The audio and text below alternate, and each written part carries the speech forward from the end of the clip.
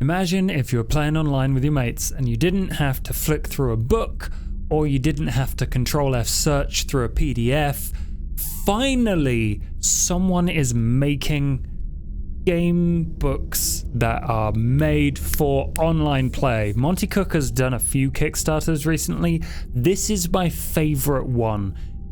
If not for the actual story and like setting stuff that is being created for The Darkest House, which is this new, I guess, app by Monte Cook Games. They've been releasing a few of these, and it's really interesting in a number of ways to me. But let me show you The Darkest House. This is what you get. You don't get a PDF, you don't get a physical book, although, you know, it'd be cool to have those in the future. What you get is an app where you click around. I'm going to turn on my mouse so you can actually see what I'm doing. Like, this is an app that is online, it seems. You can like copy paste things from the text. It's got a load of really incredible features that are just a million times easier than a straight up text book in whatever sense for running a game. This is for actual use during your time running a game. Let me show you. It loads in really gorgeous art.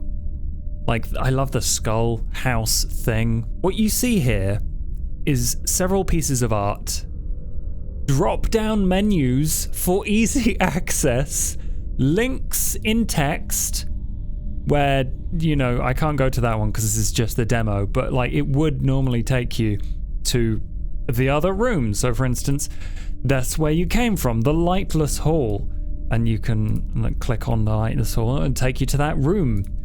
And it's got all of the different descriptions and then suggestions. Oh wait, hang on. So it tells you how this room is set up. So for instance, this one is a spooky room you go into. There's like a little girl in there that laughs at you.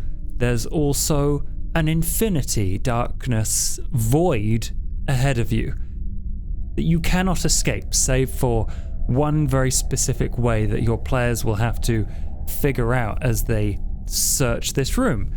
And you know what? They can search this room by just either you download this thing, and I think it downloads to your downloads page. It gives you a JPEG, or you can just copy a link, send that through Discord, and then they'll have the image. They can do whatever they want with it then. And this art is incredible. It's spooky, like it's got this kind of semi-realistic thing going on that I very much enjoy. It's got little hints about what might be going on in the room, in the art.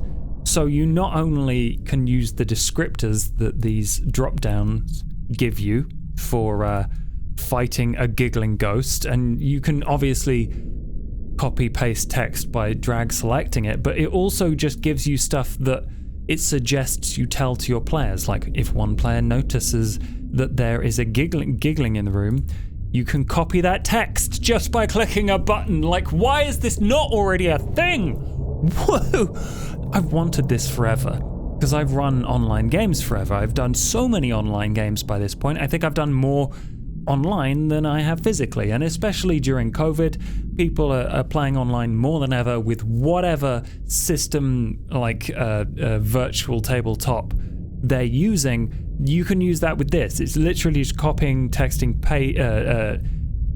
text and links that you can then share with your players. It's brilliant. But not only do you have these little drop downs accessible from this list on the right, you can pick it up from the fucking text on the screen. It tells you where it is in the room. It's like a top-down map. And oh my god, it tells you where you come from with these little door icons. You can also copy links for this art. Like, literally, they've thought about everything.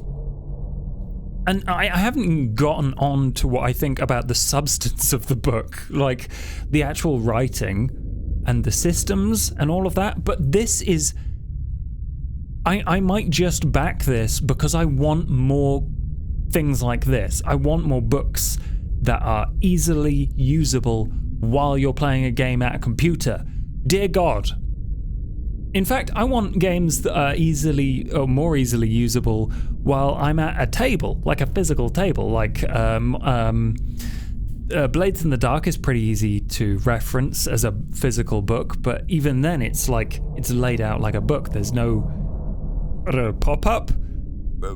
I have no idea how anyone would do that at a table, aside from like flashcards maybe. Anyway, I'm not spending all my time writing those up because I'm lazy. Anyway, I love this, and I think you get that by now. So let's move. Once the players have gone through the the boundless room, it gives you a quick description of it here. The idea here is that the room is infinite and seems to be repeat, but it doesn't actually. It follows its own strange rules, and you find out what those rules are. And once you have figured out how to get out of this room, you go to the interior courtyard, and it takes you to the next place, or the next places. So, for instance, here, you start, once you teleport out of the boundless room, you end up at this position, arrival point from the boundless room. You come here, and there are potential encounters in these different rooms. This one is actually kind of cool. The red figure, which you may or may not fight in this room, has a kind of demonic deal for you, and it's a very cool encounter. And here's where my criticism comes in. I have yet to see much evidence in this of a cohesive whole. There doesn't seem to be much linking, for instance, the red figure and the interior courtyard room encounter to the thing that comes next, which I think you go to the gallery? Is it next? The gallery? I don't know which. There's 3 different rooms that it shows you. The tree. So there's right next to the tree, which is a creepy, like, living tree thing, and a guy that feeds it bugs, like, really cool, creepy ideas, and potential fights and loot and all sorts of stuff here. But they're right next to each other, like this demon tree and this demon red figure. Where is it? Interior courtyard here. And you can go between them. There's no connection there. And I'm sure, as some tables enjoy just going from one thing to the next and like fighting stuff or figuring out riddles or doing these deals with a spooky red figure demon thing. That's really cool, and I love the ideas here, but I feel like because this book is intended to be available to any campaign, so literally any system you're playing you can use it in, because of, I think, what they call the house system, where you convert your characters and then it gives you as like it shows you ratings of 4 for wounds that the enemies inflict, and they are resistant to or weak to like mental, physical attacks, which is what I assume the house system turns your characters into. That's really useful to get lots of people into the Darkest House.